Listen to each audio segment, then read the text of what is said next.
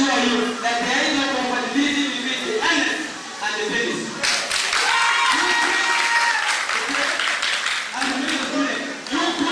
You put the vagina and the penis in the first proximity. I'm telling you, the only woman you have a cup of milk.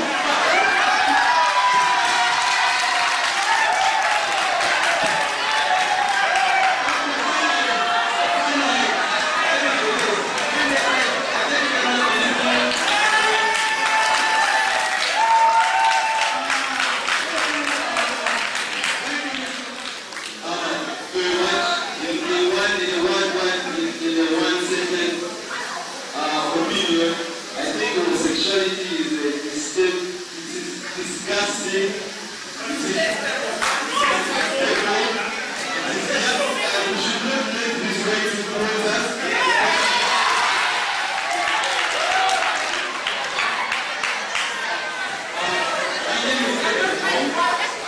I would like to start by stating categorically that I happen to be heterosexual. I'm attracted to beautiful young women. How you insert a penis into an anus? I think that is what has mashed up everything.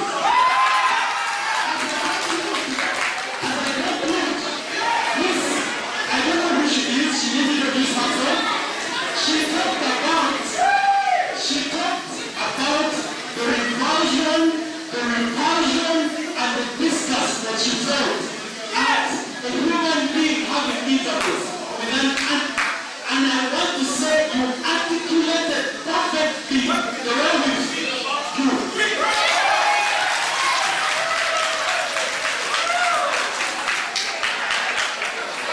Order in the house. Order.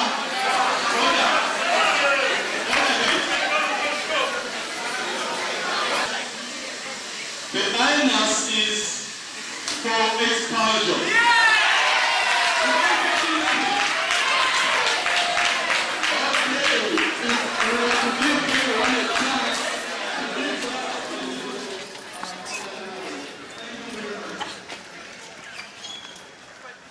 On invitation, we were told that we are going to have this debate at the medical school of the main university here, Akera University.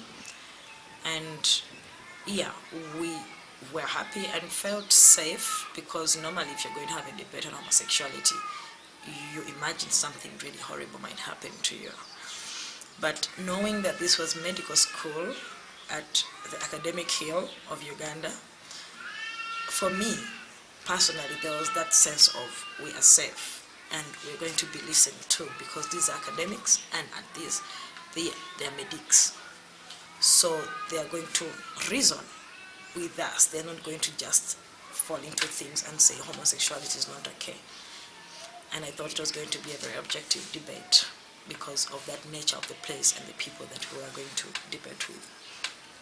But once we got there, once the debate started, it was different. No,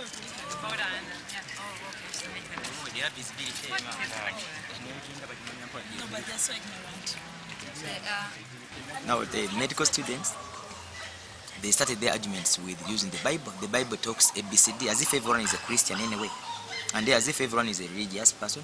And for them being medical doctors, they should have looked at things a bit in a scientific form, rather than looking at imaginary things about the Bible. But I believe when they go back in their senses, in their homes, they find some of their brothers, their relatives, their best friends are like us. Maybe then they'll go on realize that it's something that they need to talk about. And if they're really medical doctors, then when they look at HIV and they know that some men go with their women and go with men, again, in the future I believe they have to change a bit and begin to be tolerant, just for the dialogue, just to listen to individuals. Why is someone like that? It's not pretending, but the genetical factors as we studied them. They did not even listen to us for a long time. We used the same Bible, quoted what it says, and tried to clear some of the things that, the ways in which they have misquoted it. But they were not listening. And at some point they became so unruly, and it ended and we left. But by the time we left,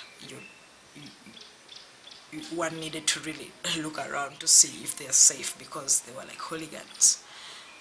They were like so hateful. You could see it in their faces, in their expression. They could have killed if we had, or harmed somebody physically if we had remained there for another 30 minutes even, because by the time we left it was already bad. And for me this was a big shock, and it took my heart so many years back in the struggle, and I felt this when I realized that indeed there's a lot of work that needs to be done here, because if academics cannot, even if they do not know and do not understand, then you expect them to research, and this was one way of them finding out what we're talking about, assessing, thinking with us, reasoning with us, and they did not give us this chance, and these academics. So you imagine if you went to another area which might be even rural, what will happen to you after your first mention of the word homosexuality or I am a lesbian. One might die from there. So it shows that homophobia is still deeply rooted in our society, and that there needs to be a lot of efforts put in the struggle to fight it.